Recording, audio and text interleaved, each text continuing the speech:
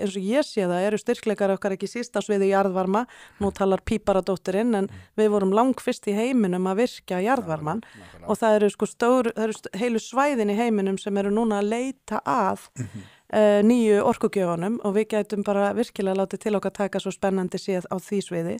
Ég held líka að allur heimurinn horfi til okkar í jafnréttismálum og í víðum skilningi þess orðs. Ég myndi vilja að við myndum halda áfram að hugsa jafnréttismál í mjög stórum svona skilningi, ég hugsa til þess mikið um jafnrétti drengja, ég velti því mikið fyrir mér og svo held ég að við höfum bara heilmikinn trúverðuleika í að vera ekki þjóð sem ætlar að skipa sér í lið í þessum stríðandi heimi, heldur þjóð sem velur frið.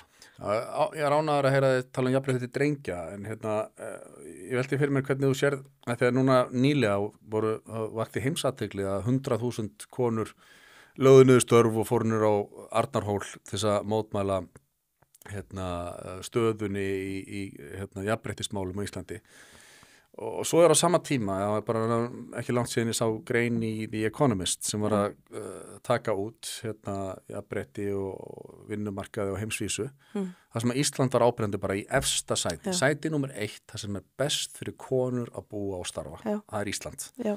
Og á sama tíma eru við með 100.000 konur sem fara niður á Arnarhóla og mótmæla bári stöðu.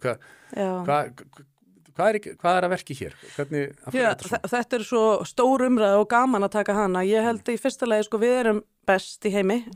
Alltaf feimin að segja þetta því að stundum eru Íslendingar með ákveðið mikilmennsku brjálæði. Hvað var það stöðu kvenna? Við erum fremst í kynjajafnrétti.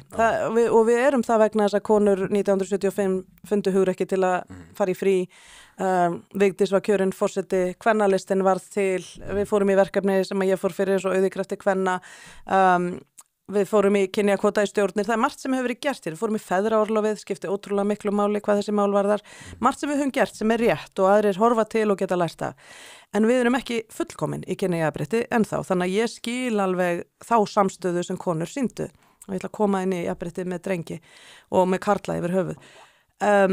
Meðan við erum bara með af hverjum 10 fósturum hálfa konu, af hverjum 10 þjóðhöfðingum hálfa konu, bæði hér á Íslandi og allan heim, að þá væntanlega náum við ekki þessu kynjajafnvægi sem hefur alltaf verið mín ástríða, kynjajafnvægið, ekki kvenréttindi á kostnað mannréttinda, heldur kynjajafnvægi, því að þar held ég að gildismatið verði heilbriðast og svona nýtingin á öllum okkar mannauð verði best. En hins vegar held ég að við gætum alveg haldið jafnstóran bara samstöðufund stöðu drengja. Ég hef bara verulegar áhyggjur af því að það sé ákveðin þróun eiga sér stað þar sem sé ekki til góðs.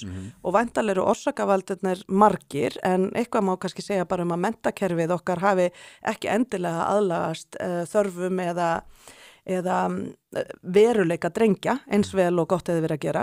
Sonur okkar var í hjallastefnunni og sonur okkar og dóttir og mér finnst alltaf svolítið gaman að Magga Pála talar að ala af sér hugrakkarstúlkur og stráka með tilfinningagreind.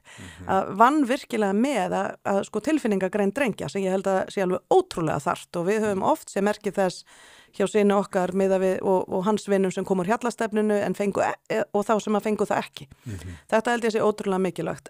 Strákurinn okkar var mjög góður í stærðfræði en hann hafði mikla hreyfiþörf og var betri að læra stærðfræði utandyra heldur en við skólaborðið og hann var betri að læra margt í gegnum svona virkari þáttöku.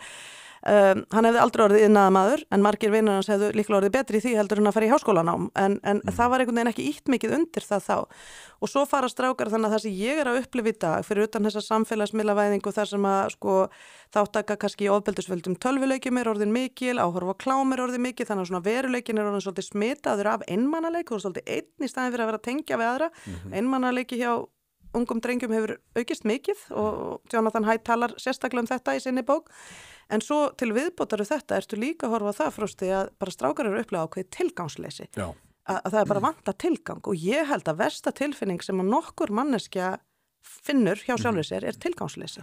Hvort sem þú ert fötluð manneskja sem fær ekki að taka þátt í samfélaginu eða þú ert manneskja sem einhver er búin að útskúfa fyrir einhverjar ástæður eða þú ert flóttamaður sem fær ekki tilgang, fær ekki starf eða þú ert ungur drengur sem sér ekki einhvern veginn að það sé virði í þér lengur.